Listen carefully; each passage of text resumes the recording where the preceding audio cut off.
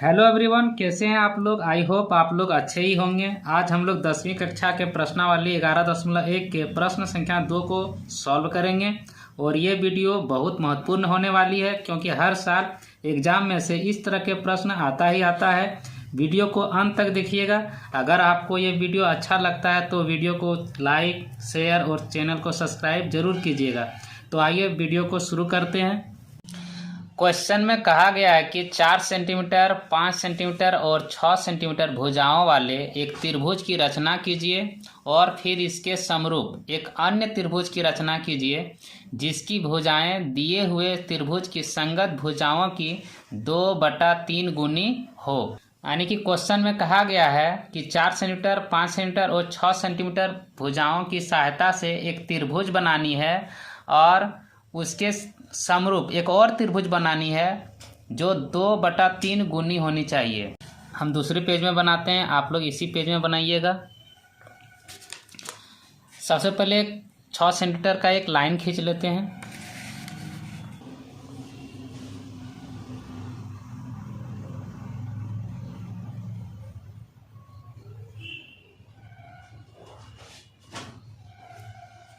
हमने एक लाइन खींच लिया है 6 सेंटीमीटर का।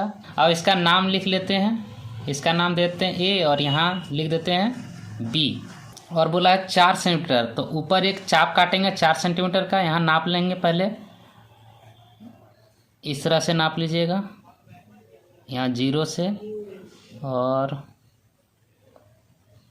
यहाँ 0 से और 4 के बीच से नाप लिया मैंने। कितना हुआ यहाँ 4 सेंटीमीटर। और यहाँ पे एक चाप लगा देंगे।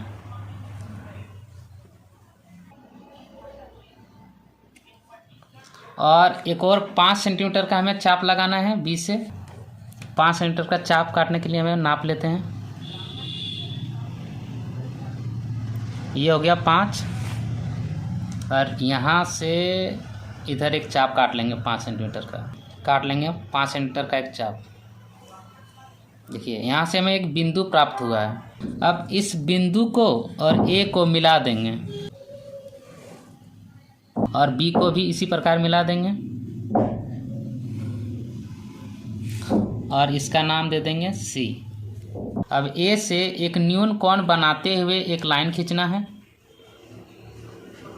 देखिए ऐसे सीधा अगर खींचेंगे तो 90 डिग्री का बन जाएगा। अगर हम इसे कम करेंगे तो ये न्यून कोण बन जाएगा।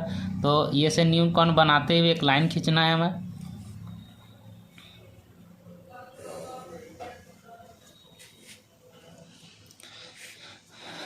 अब इस लाइन पे हमें देखिए क्वेश्चन में कहा गया था कि ये जो त्रिभुज बनेगा उसके संगत भुजाओं के 2/3 गुनी एक और त्रिभुज बनानी है। तो इसमें से देख लेते हैं कितना दिया 2/3 गुनी। इसमें से सबसे बड़ी संख्या क्या है 3। अब इस रेखा पे 3 बराबर चाप काटेंगे। इसको कम और अधिक भी कर सकते हैं। अधिक करेंगे तो ज़्यादा जगह लेगा, इसलिए कम ही रखते हैं। 1 2 3। अब इन तीनों बिंदुओं का नाम लिख लेते हैं। इसका नाम देते हैं A1, इसका हो जाएगा A2 और इसका लिख देते हैं A3। अब A3 को B से मिला देते हैं।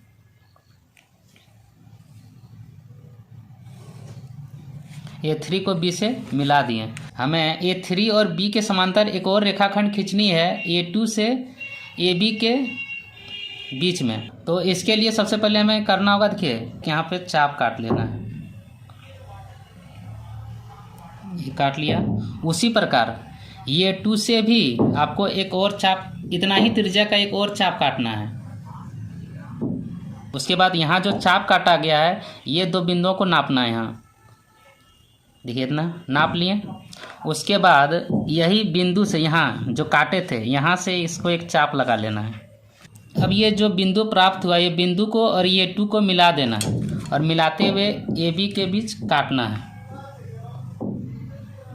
अब ये 2 और इस बिंदु को मिलाते हैं, मिलाते हुए इसको बढ़ा देंगे।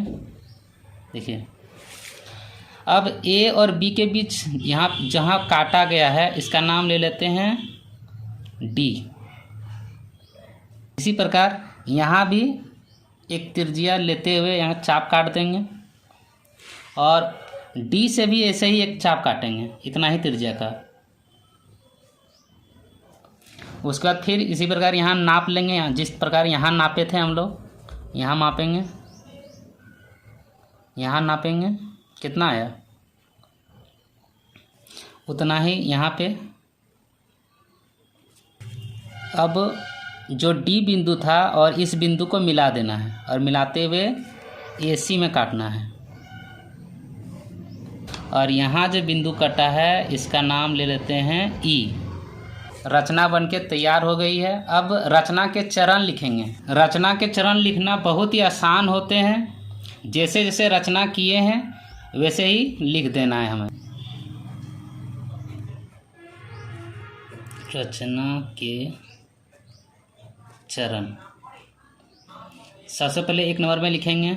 सबसे पहले क्या किया था, एक रेखाखंड खींचे थे जिसकी लंबाई 6 सेंटीमीटर थी। लिख लेंगे AB बराबर 6 सेंटीमीटर का एक रेखाखंड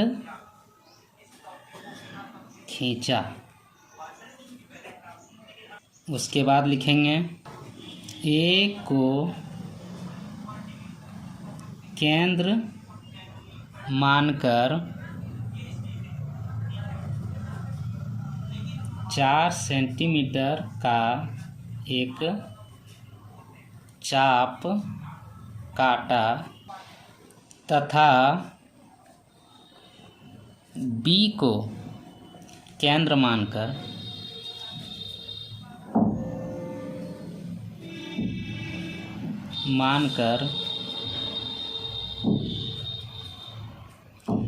5 सेंटीमीटर का एक चाप काटा।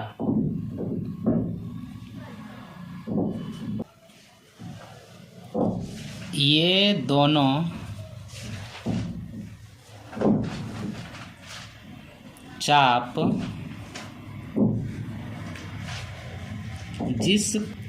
जिस बिंदु पर काटा उसका नाम C दिया। तीसरा नंबर में लिखेंगे A को C से मिलाया और B को C से फिर मिलाया। लिख लेंगे A को C से मिलाया तथा B को C से मिलाया। उसके बाद चौथा पॉइंट लिखेंगे AB पर नीचे की ओर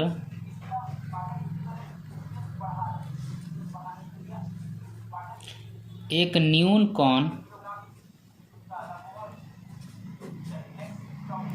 बनाते हुए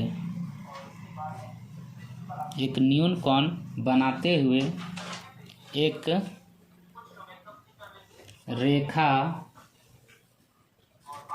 रेखा मान लेते हैं, इसका नाम कुछ देते हैं X। तो क्या हो जाएगा AX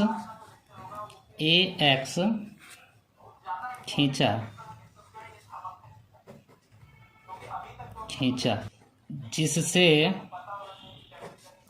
एक न्यून कोण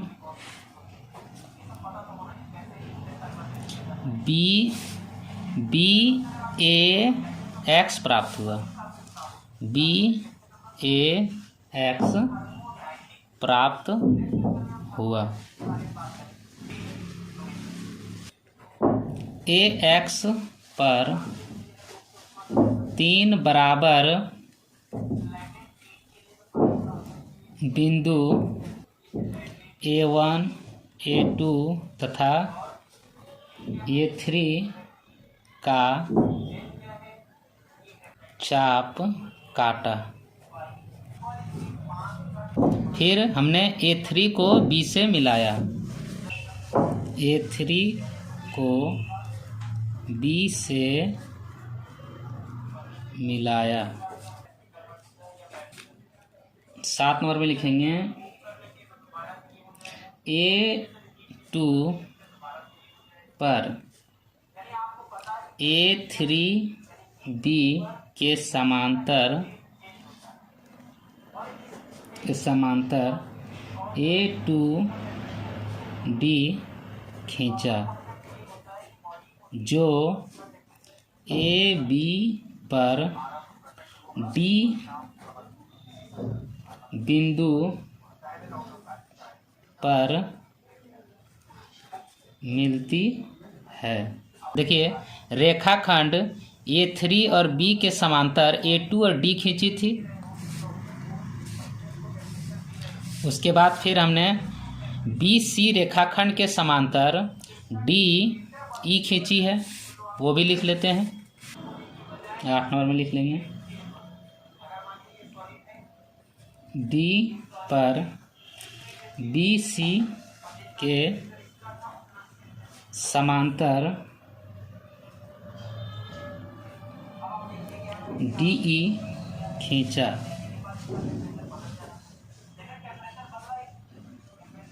जो AC पर E बिंदु से मिलती है। अब इस रचना के औचित्य को लिख लेते हैं।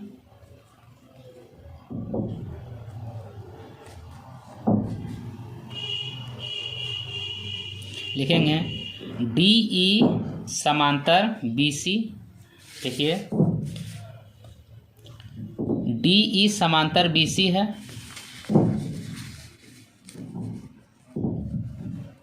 इसलिए त्रिभुज EAD समरूप त्रिभुज CAB होगा। और EA, यहाँ देख लीजिए, EA समरूप होगा CA का और AD समरूप होगा AB का, और DE समरूप होगा BC का। लिख लेंगे। और EA बटा CA बराबर AD बटा AB बराबर DE बटा BC बराबर क्या हो जाएगा, 2/3। इस प्रकार त्रिभुज ABC के समरूप त्रिभुज EAD बना, जहाँ त्रिभुज ABC के संगत भुजाओं का 2/3 गुनी है।